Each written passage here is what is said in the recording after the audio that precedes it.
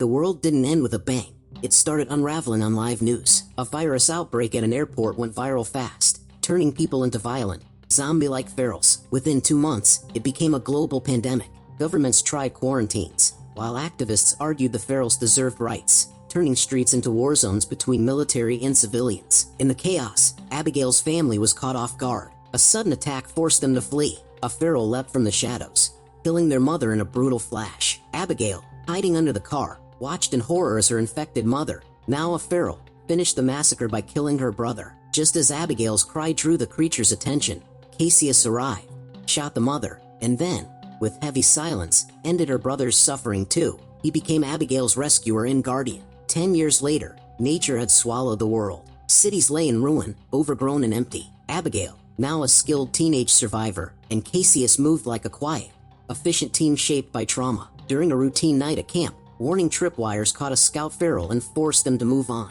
Their journey became a series of survival lessons, with Casius sharpening Abigail's instincts at every stop. One afternoon, they came upon a car where a lone man was fighting a feral, another was sneaking up behind. Abigail fired too fast, hitting both the man and the creature. The second feral attacked, and Casius dealt with it coldly. While Abigail searched the car, Casius ended the wounded man's suffering with practiced efficiency and took his shoes. A frantic voice crackled over the radio, but Casius told Abigail to ignore it. More vehicles soon arrived. Armed survivors surrounded them, assuming Abigail and Casius were thieves or murderers. Tension spiked as the leader threatened violence, but the pair disarmed 2 of them and held a standoff.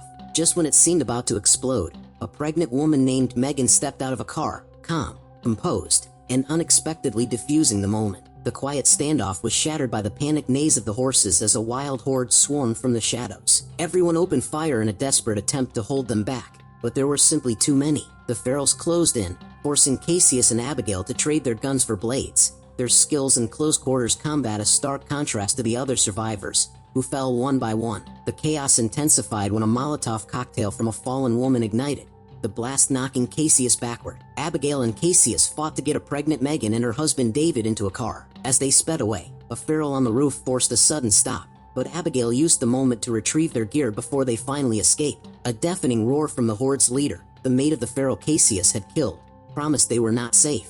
Once on the road, Abigail discovered their ammunition was nearly gone. Megan explained they were traveling to a riverbank colony with medical supplies for her advanced pregnancy. Casius and Abigail were skeptical, having seen countless colonies fail. Their journey was cut short when the car's engine died, forcing them to continue on foot to an abandoned town for the night. As they set up camp, Casius insisted on eating only what they hunted, wary of contaminated supplies. He gave the couple a map to the colony but refused to go with them, worried the vengeful horde would track them down. Abigail, however, argued that this colony might be different and that they should help. Later that night, the distant howls of the approaching horde echoed through the city. Casius and David, unable to sleep, shared a quiet moment, finding common ground in Casius's last spare bullet and David's last cigarette. This small act of humanity changed everything, and Casius agreed to lead them to the colony. The next morning, a noise sent Abigail downstairs, where a feral ambushed her. Dropping her weapon, she reacted with instinct, quickly taking down the creature with her machete. As Abigail rushes down the stairs, a second feral charges after her. Thinking quickly, she uses a broken window to toss the creature out, nearly falling herself. Casius grabs her just in time, saving her from certain death. Moments later, the building is swarmed by ferals. One of them trips over a cable, triggering a blast that kills it instantly. But by then, the group is long gone. Later, Abigail recognizes the surrounding area. It's near a small civilian airport where her father once flew. Casius hesitates, arguing the airport could be a trap with no working planes left. But the rest of the group votes to take the chance, forcing him to go along. They soon stumble upon an abandoned building in a car with a man bleeding out inside. While Casius searches for supplies, Abigail senses something's off and refuses to stop for rest. She finds only stale coffee, unaware of the terrified family hiding silently in the next room. Casius discovers a wheelchair in the car's trunk, perfect for helping Megan move. Not long after they leave, the horde discovers the house and slaughters the hidden family in seconds. When they reach the airport, it appears abandoned. No planes in sight, but Abigail spots her father's old hangar. Inside, to their relief, is a dusty but intact plane. David offers to fix it, drawing on his mechanical knowledge. While he works, Abigail and Casius search the building. She finds a photo of her and her dad. A flood of memories rushes in as she gently hangs it back on the wall. Suddenly, the horde is on them. The group scrambles into the plane even though it's not fully ready. Casius lays down cover fire while David manually spins the propeller. Abigail's flying skills are limited, and the plane lurches forward slowly, the horde closing in fast. A feral clings to the door mid-takeoff, and Casius fires one clean shot to shake it loose. The plane finally lifts off, and for a moment, they breathe, but it doesn't last long. The plane malfunctions midair. Abigail struggles to land it safely, and they crash into a cluster of trees. Miraculously, the wheels take the impact. Everyone survives with minor injuries. They find a nearby train station to rest. Casius studies a map and estimates it will take 2 more days to reach the colony. Supplies are running low. That night, around a campfire, Casius opens up. Abigail reminds him of his late wife, and he confesses he once had to kill his infected family. The trauma broke his wife, and she took her own life.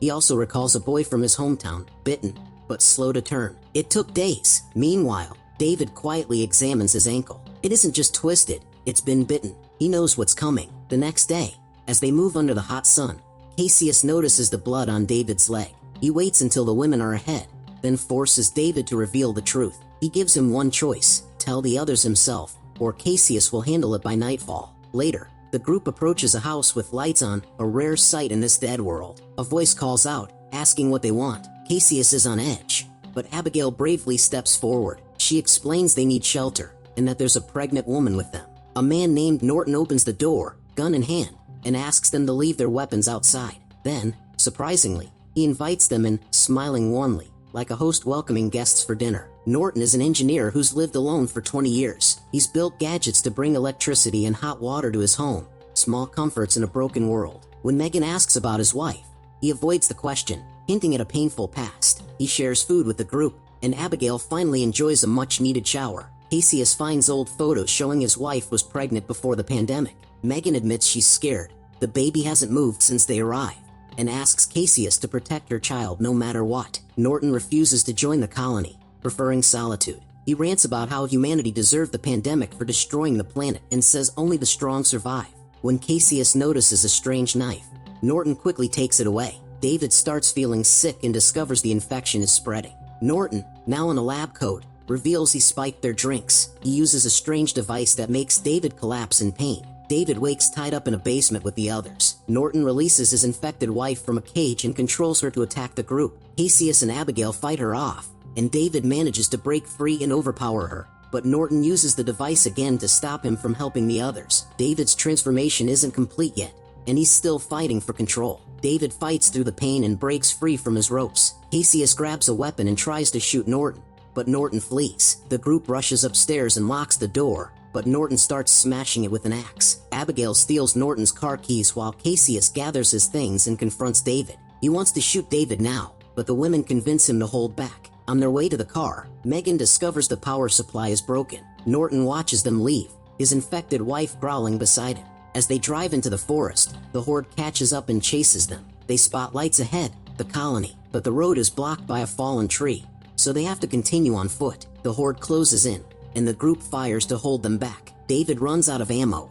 Knowing he'll transform soon, tells the others to escape while he delays the creatures. They share a heartfelt goodbye, and before leaving, Casius gives David a spare bullet. David fights the creatures hand-to-hand, taking down some, but a large beast sneaks up and breaks his neck. The rest of the horde chases the others, forcing Abigail to shoot while protecting Casius and Megan. She screams for help, catching the attention of colony guards who quickly kill the attacking creatures. Seeing the bodies and lights, the horde retreats into the forest. The survivors enter the colony safely. Megan is taken to the infirmary, where a midwife cares for her. The next morning, Casius meets the colony leader and warns Abigail they should leave soon.